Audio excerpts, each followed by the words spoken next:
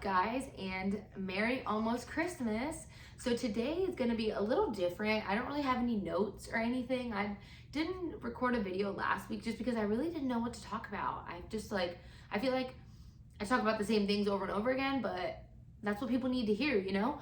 So anyways, today I wanted to talk about supplements just because I still get questions about them. I have made a small video about them, but I think this one's just going to go into a little bit more detail about, should you be taking supplements? What supplements should you take?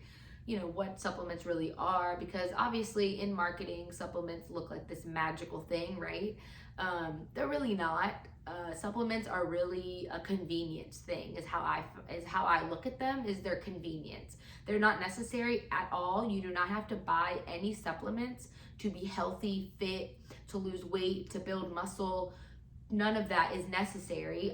They are in addition to what you're already doing. So I've mentioned this 1,000 times, but quickly before we get into the supplement side, if you are not getting everything you can get from your training program, your nutrition, your sleep, your recovery, rest, your cardio, if you are not if you don't have all of that in check, consistently you've been doing all of that for, I say, at least a year. I know it sounds like a long time, but it just takes so long to really get all of those things in order. It really does. It takes time to build those habits. But yeah, if you haven't had all of those things kind of in check for at least a year, you really, really don't need supplements. If you just want to take them because you want to spend you have the extra money, you don't really care to spend it, and whatever, then cool, go for it. Who am I to tell you what to spend your money on? But if you're taking supplements and you don't have all of these things in check, and you're expecting the supplement to do that for you, that's not how it's going to work. Okay, so just want to make sure I start with that, and then we'll get into the supplements. So obviously there's so many supplements out there, from protein powder to fat burners, BCAAs, energy drinks, there's energy, endurance protein powder, actually. Endurance drinks is what I meant to say. And creatine and all kinds of supplements, right? So vitamins, obviously.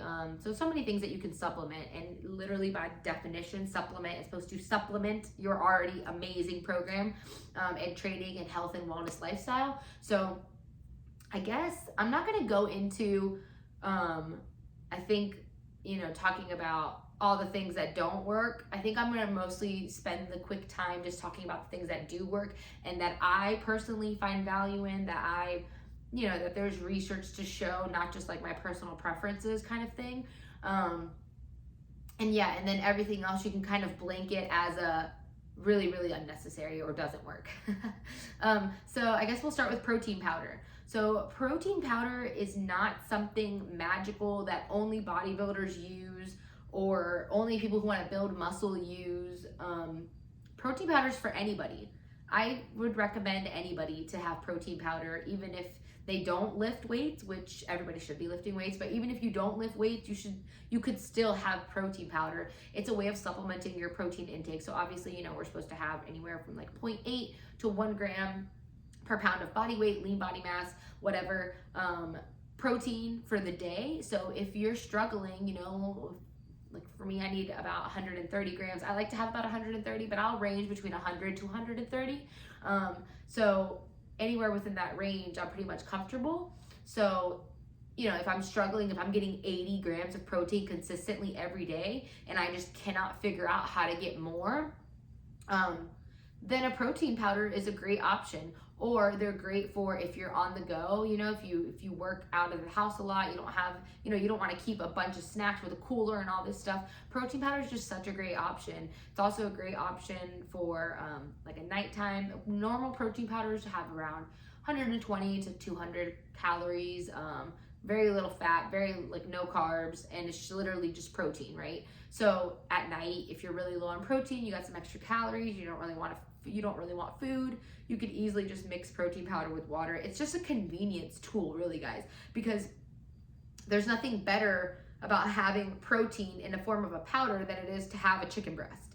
It's just that, there's only so much food that you could really eat or want to eat, and it's just a convenience factor. But nothing special or better is happening because you're having protein powder as opposed to a piece of fish or something. I don't know why I'm like congested all of a sudden.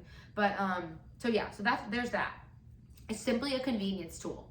So the next one I want to talk about, I guess, is creatine. So I've recently started taking creatine, but I've never taken creatine in my entire training career, 10 years of lifting, and I've never taken creatine, and I've built muscle, lost fat, all of it, increased my cardio. I've done all of it without any supplements at all. Other than, like I said, I do protein powder because for the convenience. So, but creatine is a good supplement. Creatine is already found in food, so like red meat is already found in that. But if you don't eat a lot of it, then you could supplement it, or if you just want the boost, then you could supplement it. But essentially what creatine does is it taps into those ATP stores that you have, and it allows you to store more, so that way it helps you with recovery and for building muscle to really push yourself in the gym because you're recovering a little bit faster. So every session you're really able to really push yourself because of that.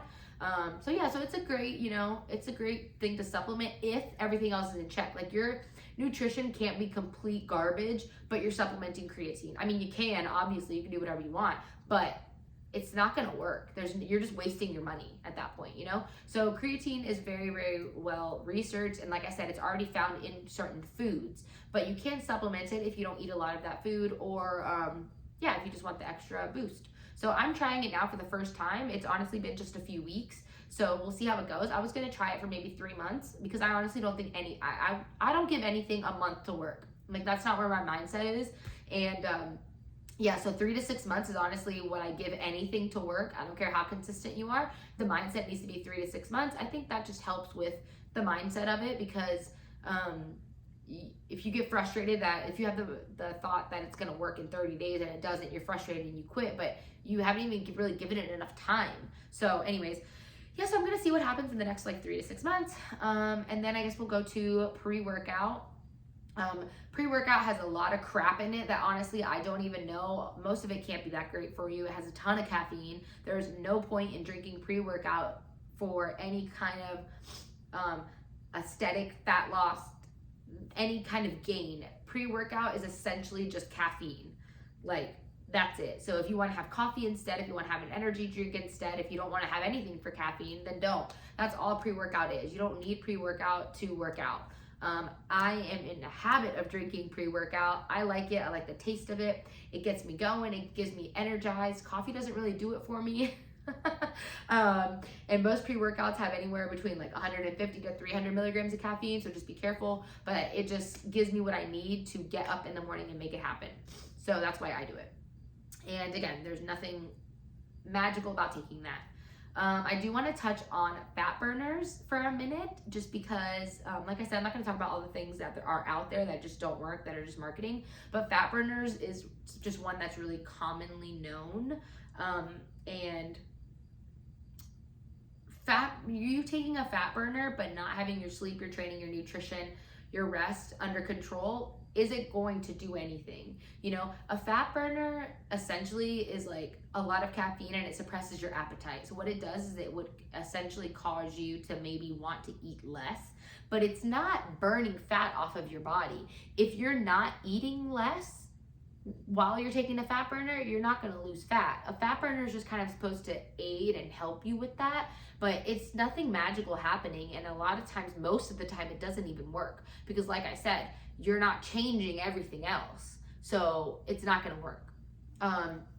What else? Vitamins. I think vitamins are a really good idea to take. Even if you have a really good balanced diet, there's no possible way for you to get all of the vitamins and minerals and nutrients that you need from foods all day long, every single day, So taking a multivitamin is a good idea. Fish oil is a good idea if you don't eat a lot of fish, just to get those good fats. And those are all great options just to supplement your already great nutrition, right? I'm not going to keep beating that horse. What else? I feel like that's really it. So just a quick overview of what supplements are and do you need them? Do you not need them? Short answer, no, you don't need them. Long answer, they can help and supplement what you're already doing. So this was super quick. And yeah, if you have anything you want me to talk about, just let me know. I'm happy to discuss anything. If I don't know about it, I will let you know I don't know about it, and I'll do whatever research I need to give you the best information I can. So anyways, Merry Christmas, and I will talk to you soon. Yeah, bye.